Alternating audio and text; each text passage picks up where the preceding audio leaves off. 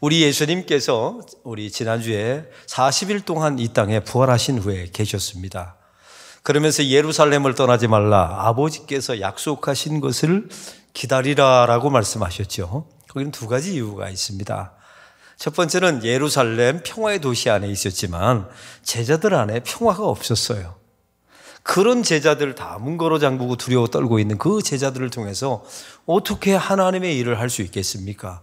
그래서 예루살렘에 머물러 있으라, 약속하신 성령을 받은 후에 일해도 늦지 않다, 이렇게 말씀해 주신 거예요. 두 번째는 너의 능력으로 일하는 사람이 아니다. 예수 믿는 사람은 내 안에 계신 성령의 능력으로 일하는 사람들이다, 이걸 말하고 싶었던 겁니다. 그리고 오늘 본문은 그 다음 이야기입니다. 제자들이 모여 있었어요. 그때 제자들이 예수께 여쭈어 이르되 라고 6절의 말씀이 시작되죠. 이스라엘 나라를 회복하심이 이때니까 라는 질문을 합니다. 이게 여쭈어라고 하는 이 헬라어를 시제로 보면 미완료 시제예요. 다시 말하면 계속해서 제자들이 물었다는 겁니다. 아니, 돌아가면서 제자들이 이스라엘 나라를 회복하심이 이때니까, 부활하신 예수님에게 물어봤다는 거예요. 왜요? 부활하신 예수님이니까 능력이 있어 보이잖아요. 죽음을 깨뜨리시고 부활하신 예수님, 이 정도 능력이면 우리가 잃어버렸던 나라를 되찾을 수 있는 도움이 되지 않을까 싶어서 이 질문을 하게 된 거예요. 그런데 우리가 한 가지 아는 게 있죠. 이 질문은 이때만 한 게 아닙니다. 50일 전에 예수님께서 예루살렘에 입성할 때 이 질문을 제자들이 예수님께 했어요. 이스라엘 나라를 회복하심이 이때니까. 다시 말하면 예수님의 십자가와 부활을 경험한 제자들은 하나도 안 바뀌었어요. 왜냐하면 성령이 아직 임하지 않았기 때문에 그렇습니다. 저들의 인생 속에, 사역 속의 삶 속에 성령이 임한 적이 없는 거예요. 오늘 그러면 이 회복이라는 단어가, 이스라엘 나라를 회복하심이 이때니까, 이 회복이라는 단어가 무슨 뜻인 줄 아십니까? 뭐 부흥한다, 뭐 사람들이 회개한다, 이런 뜻이 아니에요. 잃어버린 것을 되찾는 것이라는 단어의 의미를 가지고 있어요. 지금 이스라엘 백성들은 로마로부터 나라를 빼앗겼습니다. 주권을 잃어버렸어요. 예수님, 당신의 부활하신 능력을 통하여 이 주권과 빼앗긴 영토를 어떻게 돌려받을 수 있는 것입니까? 바로 이때가 아닙니까? 예수님, 당신의 힘을 좀 보여주세요. 이 말을 했던 거예요. 이걸 보면 우리는 성령이 임한 사람과 성령이 임하지 않은 사람의 분명한 구분이 있다는 사실을 깨닫게 됩니다. 성령이 임하지 않은 사람들의 특징이 무엇인 줄 아십니까? 예수님을 믿어서 내가 잃어버렸다는 것을 자꾸만 찾으려고 합니다. 예를 들면 돈을 잃어버린 교인들이 계세요. 세상을 만나서. 그때 예수를 믿어서 돈을 되찾아 보았으면 어떨까? 이런 분들이 계십니다. 나쁘진 않지만 여러분, 이게 성령이 임하지 않은 사람들의 대표적인 특징입니다. 내가 건강을 잃어버렸어요. 예수를 믿어서 빼앗긴 건강, 잃어버린 건강을 한번 되찾아 보는 건 어떨까? 바로 이런 목적과 동기를 가지고 예수를 믿으려고 예배당에 온 사람들이 있어요. 이런 사람들의 특징은 성령이 임하지 않았다는 상태를 말하고 있는 겁니다. 우리 예수님의 공생애를 보세요. 예수님의 사역 가운데 크게 구분하면 두 가지가 있어요. 디다케와 캐리그마가 있습니다. 말이 어렵죠? 디다케는 예수님의 가르침, 기적, 이런 것들을 의미해요. 우리 예수님께서 얼마나 많은 것들을 가르치셨습니까? 그리고 기적을 베풀어 주셨어요. 근데 우리는 이 예수님의 가르침, 이 디다케를 복음이라고 말하지는 않습니다.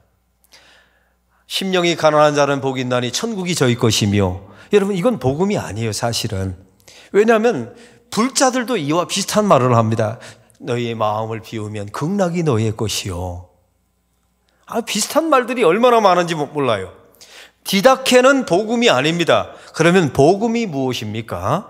그건 예수께서 말씀하신 캐리그마, 이것만 복음이 되는 겁니다. 그 캐리그마가 무엇인 줄 아세요? 예수님의 십자가와 부활이었던 겁니다. 우리 예수님의 십자가는 무엇입니까? 예수님이 이 땅에 오신 목적이 십자가였어요. 죄의 문제를 해결하기 위한 겁니다. 우리를 사망에서 생명으로 옮겨주기 위한 하나님의 절대적인 은총의 행위가 하나님의 아들 예수님의 십자가 죽음이었던 거죠. 그리고 그분은 죄가 없으신 분이라는 사실을 증명해내기 위해서 예수님을 부활시켜 주신 겁니다. 할렐루야. 이것이 복음이었던 거예요. 이 캐리그마를 우리의 목적으로 삼아야 된다는 말이죠. 사랑하는 성도 여러분, 그러나 우리가 신앙생활을 하면서 예수 믿는 목적과 동기가 다른 경우가 있어요. 아직 성령이 임하지 않았기 때문에 그렇습니다. 성령이 임하시면 예수의 십자가와 부활을 믿습니다. 그리고 그 두 가지 사건을 자기 인생과 복음 속에 가장 귀중한 것으로 여깁니다. 그 십자가와 부활이 나의 십자가의 죽음과 부활이라고 우리는 믿습니다. 여러분, 이게 성령 받은 사람들의 믿음의 고백이에요. 또 하나 오늘 본문에 보니까 우리 예수님께서 이제 대답을 하시는 겁니다. 예수님께 여쭈어 이르되 이스라엘 나라를 회복하심이 이때니까. 이랬더니 예수님이 이렇게 대답합니다. 1절에 때와 시기는 아버지의 권한이시고 너희 알 바 아니요. 아버지께서 결정하시고 너희는 알 바 아니다라고 책망투로 말씀하십니다. 한번 따라해 봅시다. 때와 시기는. 여러분, 이 때와 시기와 같은 단어 같죠? 이게 언어가 완전히 다릅니다. 헬라어로 보면 이 때라고 하는 단어는 크로노스라고 하는 물리적 시간을 의미해요. 예를 들면 지금이 12시 5분입니다. 이게 크로노스, 때라는 의미예요. 지금은 겨울입니다. 한겨울 한복판에 있죠? 이걸 우리는 크로노스, 물리적 시간을 말할 때 크로노스라고 말합니다. 그런데 또 하나의 때와 시기라고 나와 있죠. 시기는 카이로스라고 하는 헬라어를 가지고 있습니다. 이걸 영적인 시간이라고 말해요.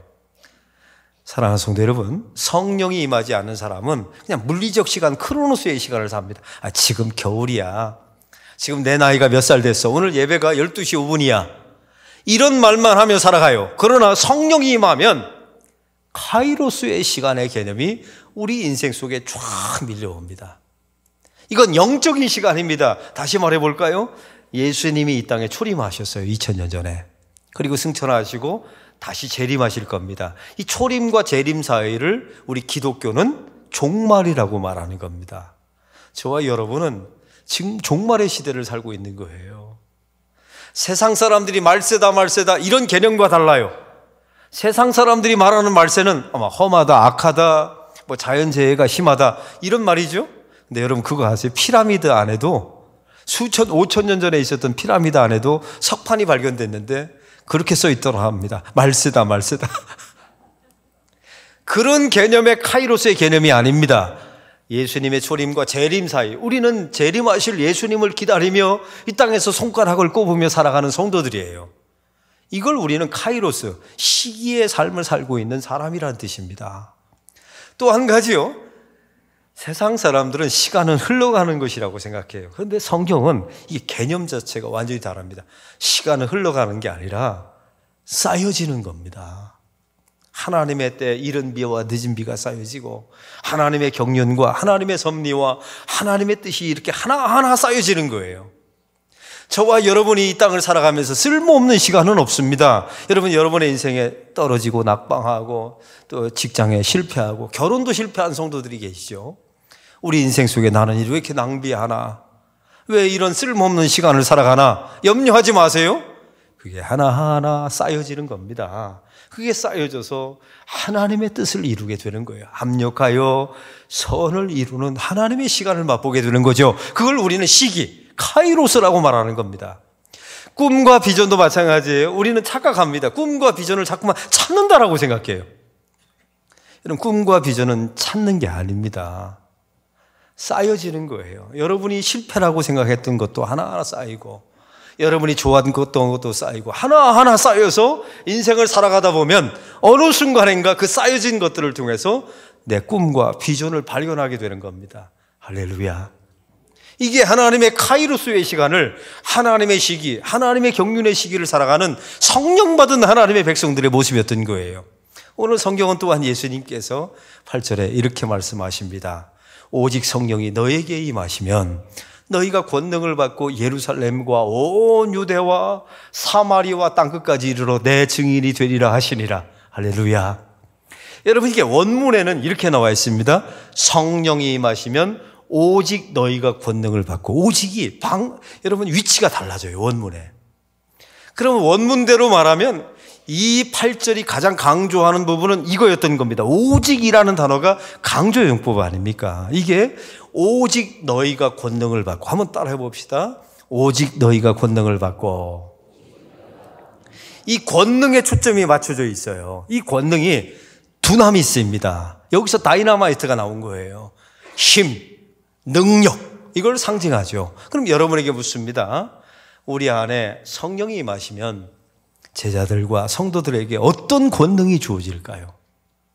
세상 사람들은 힘과 돈과 명예가, 그들은 두나미스라고, 능력이라고 생각합니다. 근데 오늘 본문은 완전히 달라요.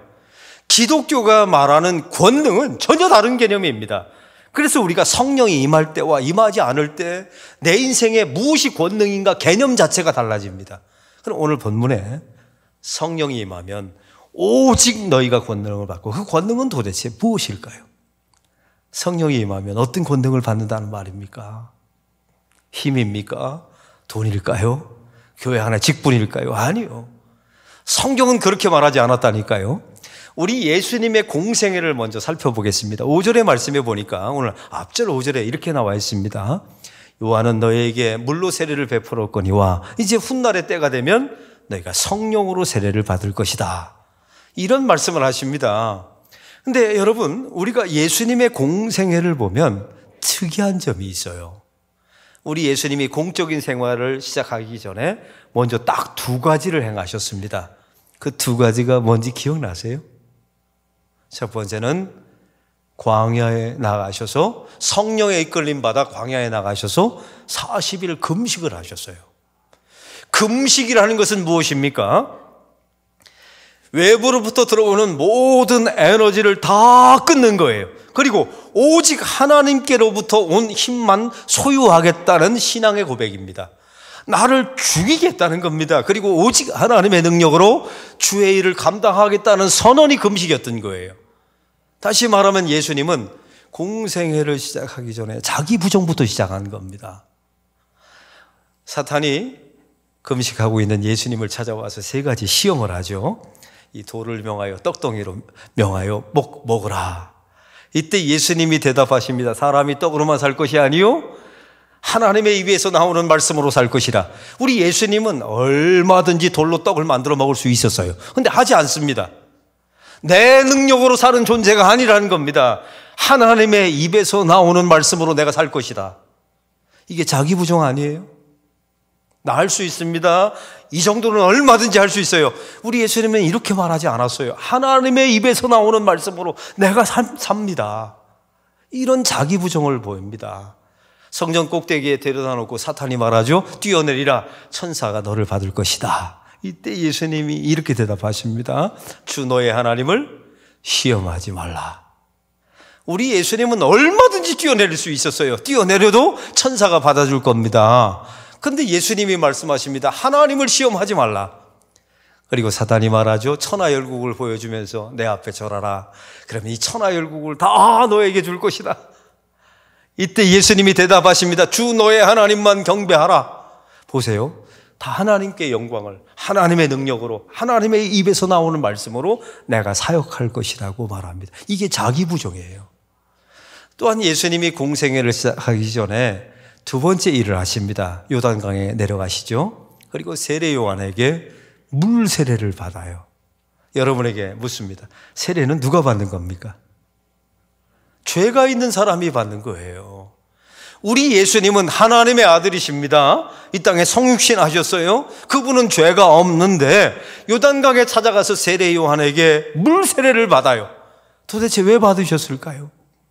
우리의 죄를 다 전가받아서 죄를 대속하기 위해서 오셨다는 상징적인 의미이기도 하죠. 또 한 가지는 자기 부정의 모습이었던 겁니다. 사랑하는 성도 여러분, 성령이 임하시면 하나님의 백성들에게 주어지는 오직 너에게 임하는 권능이 무엇입니까? 자기 부정이었던 겁니다.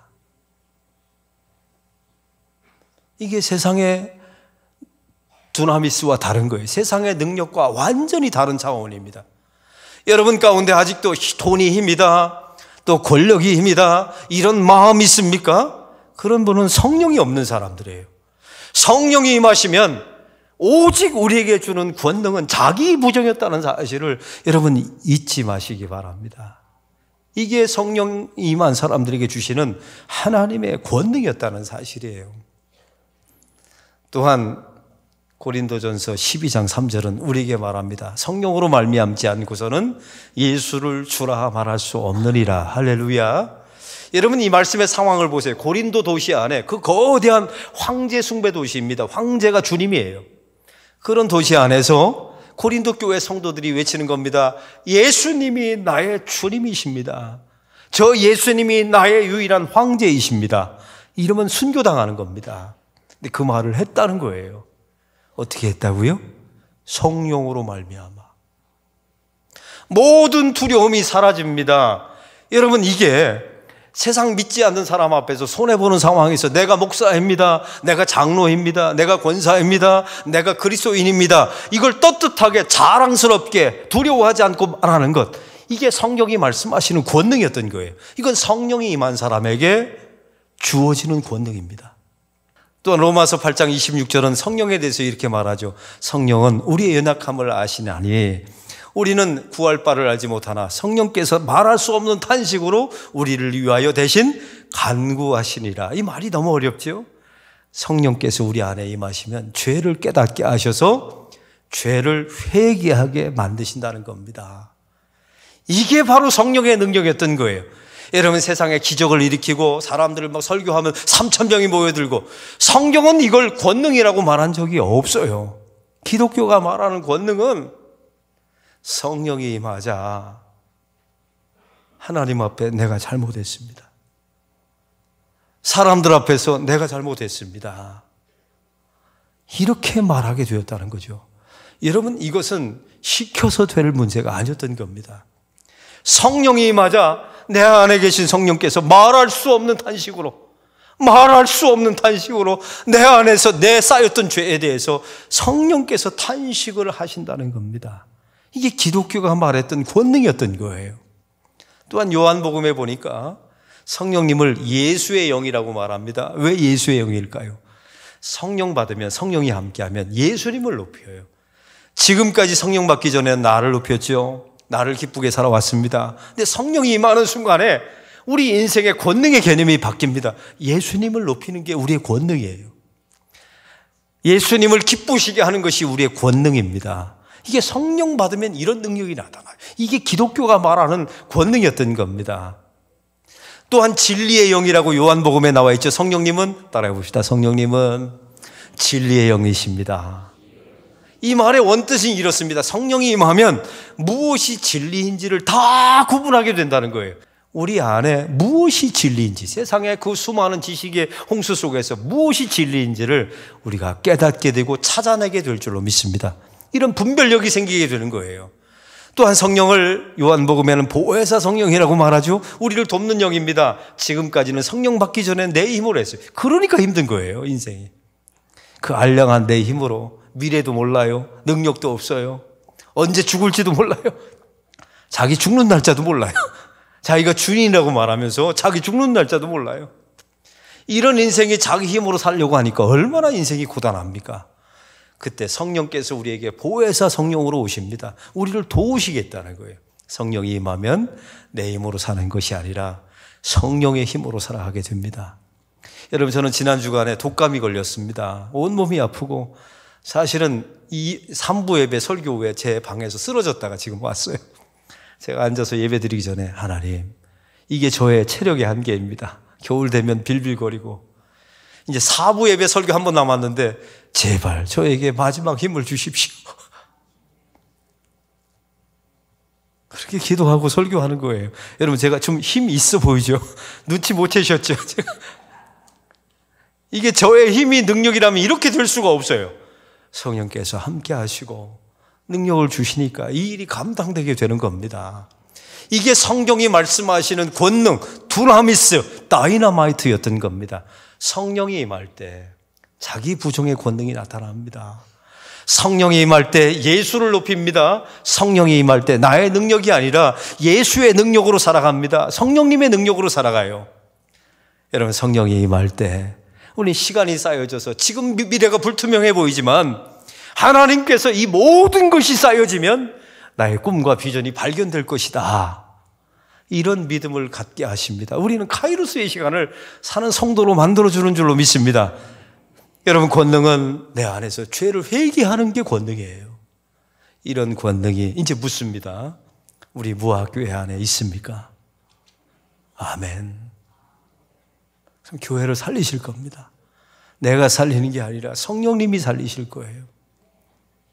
여러분의 가정 안에 이런 두나미스, 이런 능력, 성령이 임할 때 나타나는 이런 권능이 있습니까? 자기 부정해요. 죄를 회개해요. 내 잘못이라고 말합니다. 예수님을 높이세요. 그분의 도우심으로 능력으로 살아갑니다. 진리를 분별해냅니다. 여러분, 이런 능력 두나미스가 여러분의 가정 속에 있습니까?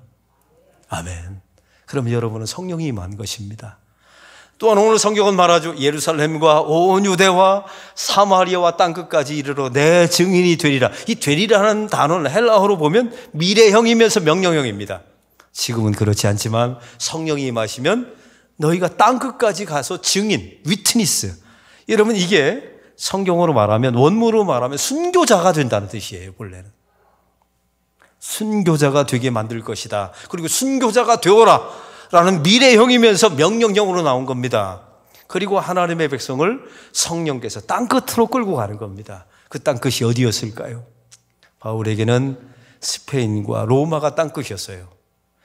여러분에게는 그 땅끝이 어디입니까? 두 가지예요. 첫째, 가기 싫어하는 곳. 세상 모든 사람들이 하기 싫어하는 것. 그것이 땅끝이요. 두 번째는 예수님의 마음이 있는 곳이 땅끝입니다. 우리 무화교회가 요즘 이제 직분자들을 다 보직을 정하고 있어요. 역할을 정하고 있는데, 다른 건 다 정해졌는데 이 사역만큼은 교회 학교 지도 권사가 지금 비어 있어요. 이 권사님이 되면 반드시 교회 학교 지도 권사 이런 걸 하라고 하면 해야 되는데, 그 자리는 시간 많이 내야죠. 물질도 들어가죠. 애들하고 씨름해야죠. 권사님들이 다 거부한다는 거예요. 그 자리가 지금 비어 있어요. 우리 목사님들이 이제 권사님들 쳐다보면 눈을 이렇게 슬슬 피해요. 연말 되면. 우리 무학교의 땅끝은 교회학교 지도권사입니다. 제가 그랬어요. 오늘 설교해서 그 자리가 안 치워지면 지도권사 자리는 없애버리고 지도 집사로 바꿀 것이다.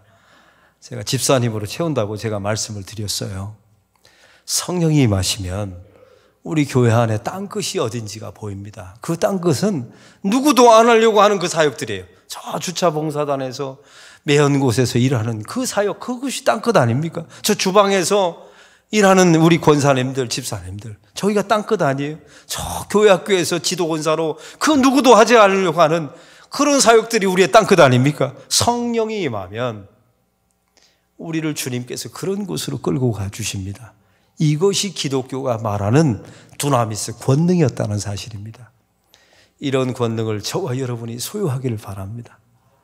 세상이 말하는 힘과 권력과 이것은 무상한 것입니다. 세상도 다 그러잖아요. 무상한 것이다. 죽을 때 가져갈 수도 없어요. 권력 내려오는 게 훨씬 힘듭니다. 기독교가 말하는 성령이 임할 때 주시는 오직 그 권능은 자기 부정하는 겁니다. 죄를 회개하는 것입니다. 예수를 높이는 것입니다. 나의 힘으로 사는 것이 아니라 성령의 힘으로 살아가는 것입니다. 진리를 분별해내는 것입니다. 나는 가고 싶지 않지만 땅끝으로 기꺼이 가는 것입니다. 이런 권능이 우리 무화교회 안에, 우리 성도들 안에, 교회 안에 나타나기를 바랍니다.